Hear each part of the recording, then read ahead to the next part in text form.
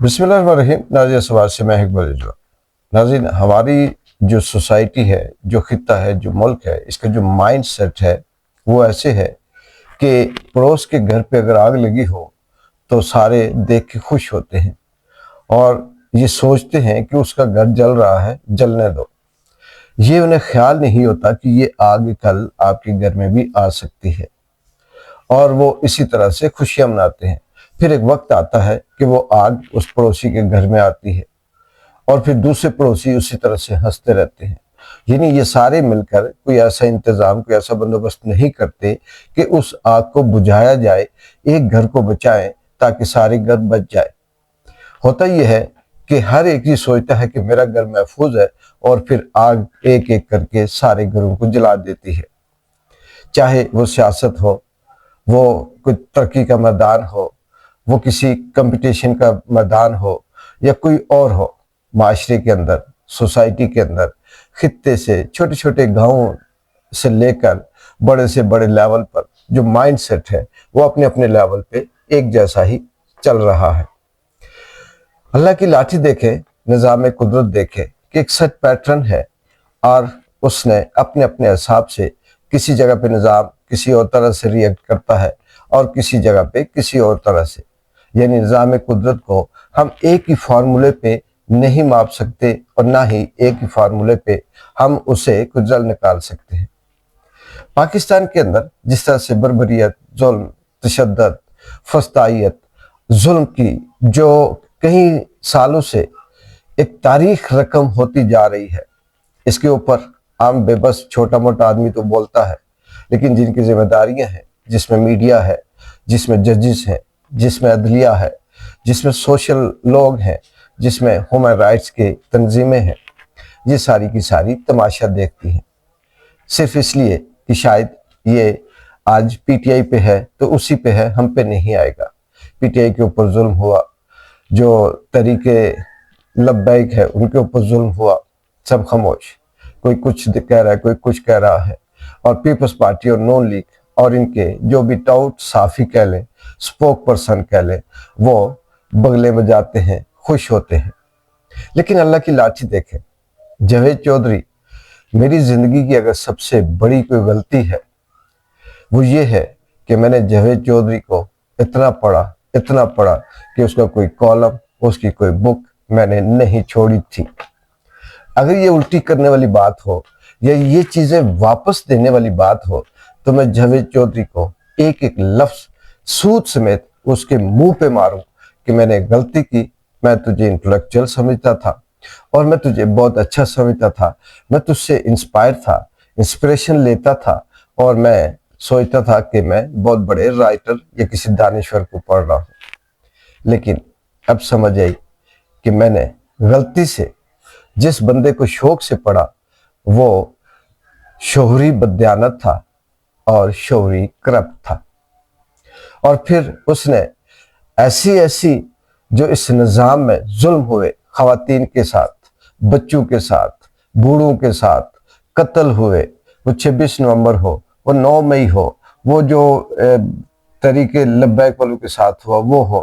عمران خان کے ساتھ ہو، کے پی کے میں ہو، کہیں بھی ہو، یہ جیدہ اپنی دانشوری یہ جانتا رہا کہ سب ٹھیک ہو رہا ہے۔ پھر کرتے اب چاہے اسے پیسوں کی کمی نہیں ہے،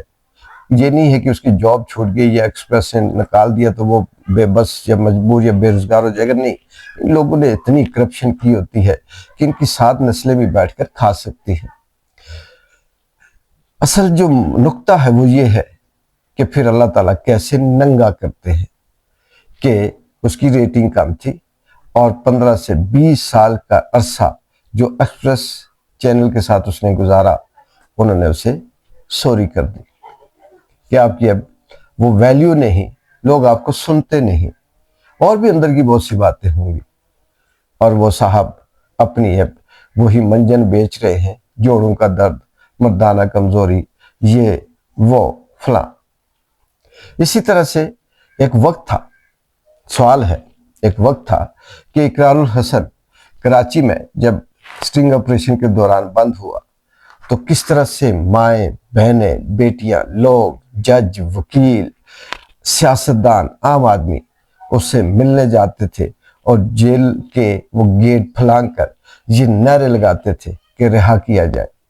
میڈیا شور کرتا تھا، ہم یہاں سے ہو کر اسے بہت بڑا ہیرو سمجھتے تھے، ہم بھی دعائیں کرتے تھے، اور کیسے کیسے مشکل اس پہ وقت آتے رہے اور پورا پاکستان اقرار الحسن کے ساتھ کھڑا ہوتا تھا۔ آج اللہ کا نظام دیکھیں کہ وہ جو صرف وہ بھی اپنی دانش بیچتا تھا، کرپٹ تھا، آج اس کی جو ریئیکشن ہے قدرت کا وہ الگ ہے۔ کس طرح سے چپے چپے پہ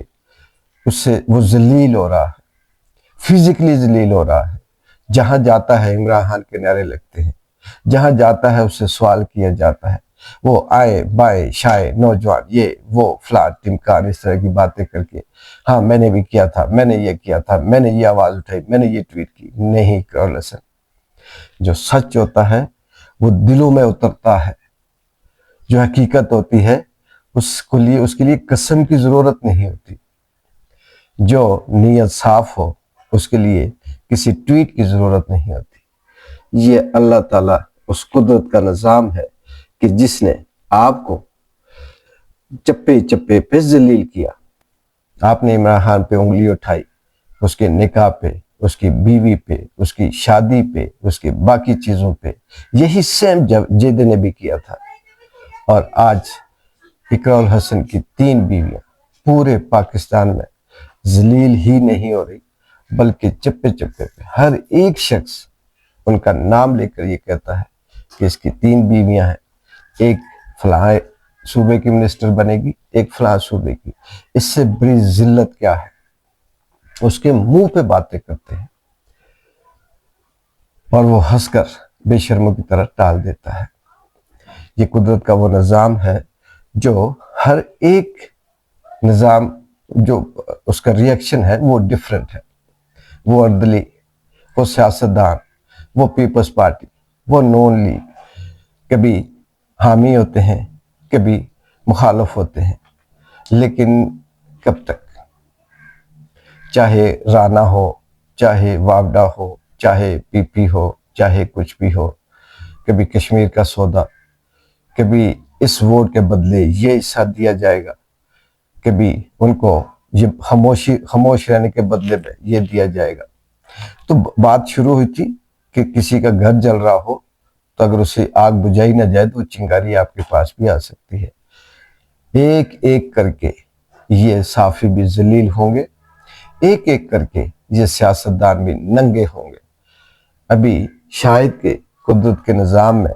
پاکستان کے اندر کچھ مزید ننگا ہونے کے لیے رہ گیا ہو، اور کچھ صفائی مزید کئی کونوں خدروں میں رہتی ہو، اس صفائی کے لیے یہ بھی مزید سرکل چل رہا ہے۔ لیکن وہ وقت دور نہیں جب سب کا سب، دودھ کا دودھ، پانی کا پانی ہو جائے گا۔ یہ 27ویں ترمیم چھوڑ کر 100ویں ترمیم کر لے۔ جو نظام، جو قدرت، جو اللہ اپنا سکرپٹ لکھتا ہے تو وہ آگ سے پھول پیدا کرتا ہے، وہ پانی سے اس طرح سے آگ جلاتا ہے کہ بندے حیران رہ جاتے ہیں، کیونکہ اس کے پاس قدرت ہے۔